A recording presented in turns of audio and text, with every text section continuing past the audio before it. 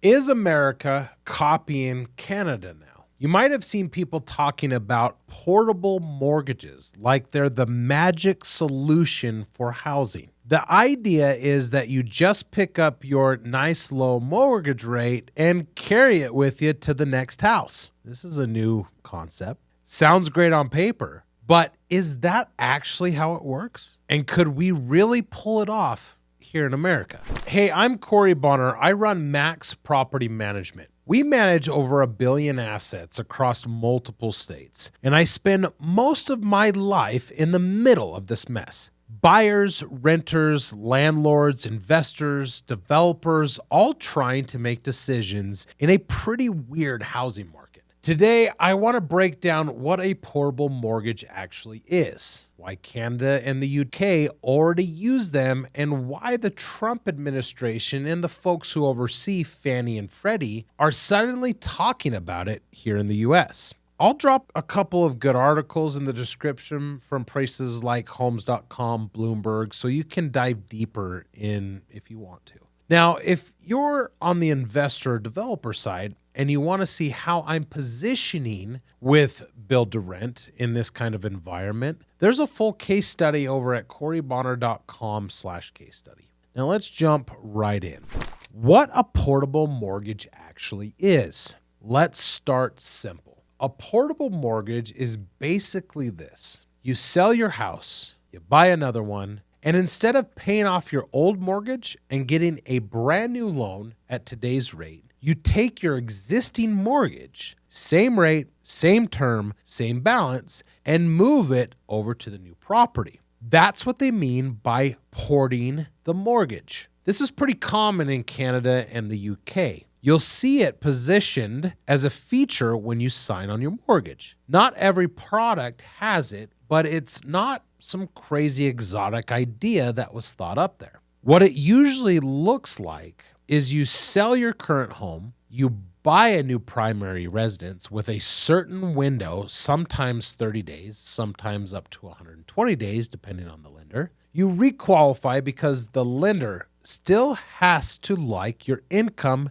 debts, and the new property. If the new home is more expensive, you get a top-up mortgage for the difference at the current rate, and they blend the two together. Okay, let me say that again. If the new home is a more expensive property, you'll have the top-down mortgage for the difference at the current rate, and then they'll blend the two together. If you had, let's say, a 2.5% rate on your old place, and the rates are 6% now, you might end up with a blended rate somewhere in between. Quick distinction, because people mix this up. An assumable mortgage equals someone takes over your current loan. That's not what this is. This is a portable mortgage, which is you take your own loan with you to the next house. Now, both are getting more attention now that rates are so high and everyone is feeling stuck. Now, the obvious question is, why is this coming up now? Why didn't we talk about this back when rates were 3%? Well, blame the lock-in effect. A massive chunk of American homeowners locked in crazy low 30-year fixed rates during the pandemic. 2, 3, maybe 4%. That's financial superpower. It's like getting paid to have a mortgage.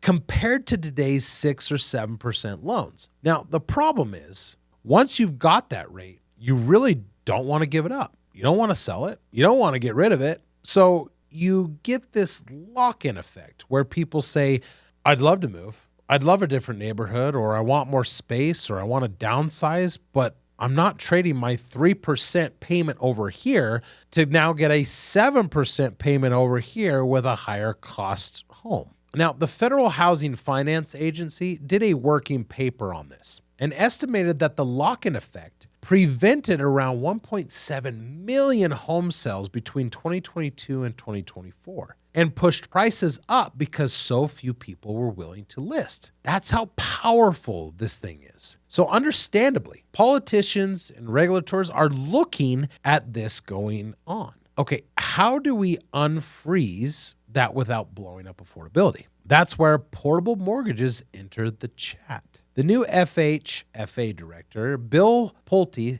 already said that Fannie Mae and Freddie Mac are evaluating assumable and portable mortgages and are trying to figure out how to do it in a safe way. And the Trump administration has come out and said they are actively looking at portable mortgages as a part of the broader push on housing affordability, especially after the whole 50-year mortgage idea got smacked around. So this isn't just a think piece idea. The people who control more than half of the mortgage market are at least talking about it. Why it works in Canada and is harder here. Before we all say Canada does it, so we should do it too, we need to look under the hood. In Canada and the UK, the most common mortgage structure is not a 30-year fixed, the way we think it is in the US. They usually do shorter fixed periods, like 2, 3, or 5 years on a longer amortization, maybe like 25 years. And at the end of that fixed period, you essentially renegotiate or renew or refi. That constant churn makes it much easier to bolt on features like portability or blend or extend without breaking the whole system.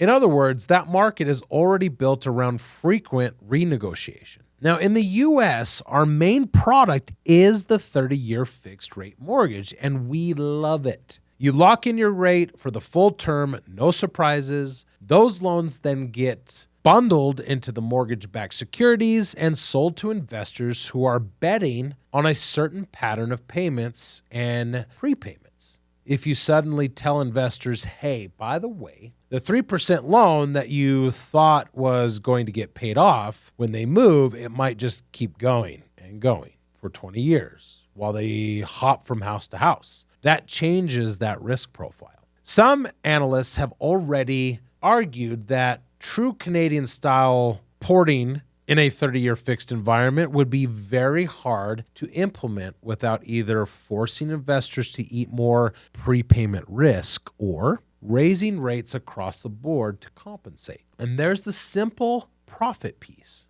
Lenders and servicers make money when they originate new loans. If people just kept their old cheap loan and drag it around forever, that's a lot less volume. So yeah, on the surface, it's easy to say we should copy Canada. Underneath, the engine and our engine are not built the same. How could this change things for everyone? Okay, let's talk about what this could mean if the US actually moved forward with some version of portable mortgages. So we've got buyers. If you already own a home with a low rate, portability is pretty appealing. You could move across town or across state. Keep your 3 to 4% rate and avoid full payment shock of jumping to a 7% 30-year. You might still need more cash or a second loan if the new place is more expensive, which it probably would be. But if you're not starting from zero, if you're a first-time buyer, portable mortgages don't help you as much. You don't have an old cheap loan to bring along with you. You're still walking into the market at today's rates and prices. Now, for sellers, this could be a big unlock. Right now, a lot of people are sitting on houses that aren't really right for them anymore. They might be too small or they're too big. They want to downsize. Maybe the wrong area, but they feel like they're in kind of golden handcuffs, to say, because of their rate. Now, if you keep that rate and port it over, more people would list. More inventory means more buyers have more options, and you get a healthier market instead of a weird frozen one that we're in right now. You still have all the normal transaction headaches, but you're not also getting punched in the face by your new payment. Now, let's get to the renters. For renters, this is more of an indirect play, let's say. If portable mortgages unlock move-up buyers that can free up some of the starter and mid-range homes that have basically been sitting out of reach, that could create a bit more of an entry-level inventory, which would then take pressure off of rents in certain segments.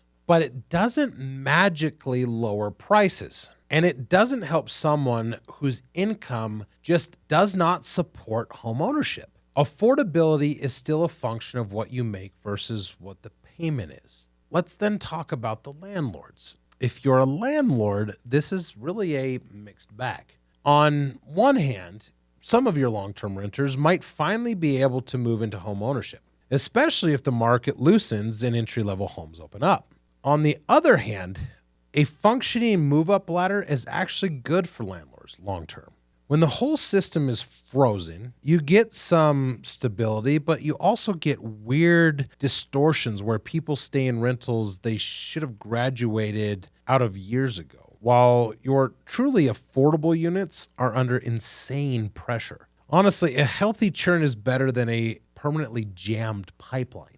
Now, investors and developers, let's talk about that for a minute. For investors, more mobility can mean more opportunity and more listings, more sellers willing to move, more distressed or misfit properties that finally hit the market. But if portable mortgages become widespread and really work, you might lose some of the pricing power that came from ultra-tight markets where nobody wants to give up their mortgage. So for developers, especially for sale builders, anything that unlocks mobility and makes it easier for buyers to move without tripling their payment helps absorption. You can sell more homes if people aren't terrified of trading their mortgage. For build to rent, where I live a lot in, portable mortgages don't kill that model. People are still facing high home prices, down payment requirements, and life uncertainty. A good, well-run rental home is still attractive,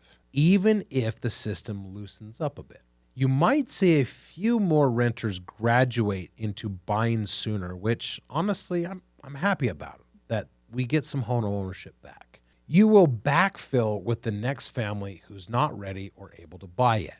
Big question, real fix or just another gimmick? So is this all a good idea? Portable mortgages could help loosen the lock-in effect, make it easier for people to move for jobs, family, or life changes, and free up some inventory without forcing everyone into a brutal new payment. But they also mess with how investors price mortgage-backed securities. This could lead to higher based interest rates if investors demand more return for that uncertainty. So cause and effect. And they do nothing about the actual number of homes we're building, the zoning constraints that we have, construction costs, or even the wages that we're seeing in our current market. So my honest take is this. For portable mortgages might be the one decent tool in the toolbox to unstick a frozen market. But if we treat them like some silver bullet for affordability, we're kidding ourselves. We still have a supply problem, we still have a cost problem, and we still have policies and zoning problems. Copying a playbook from Canada doesn't fix all that. So here's the bottom line. America might be flirting with copying Canada's mortgage system at least a little bit. With this portable idea, it could help. It could also backfire if we don't respect how different our systems are and what's under the hood. I genuinely want to know what you think. Are portable mortgages a smart way to unlock frozen markets, or just another distraction from the real work of building more homes and dealing with the costs? Drop your thoughts in the comments. And if you're an investor or developer trying to figure out how to make sense of this environment with real numbers, go grab my BTR case study at Corey Bonner /case study, and I'll see you on the next one.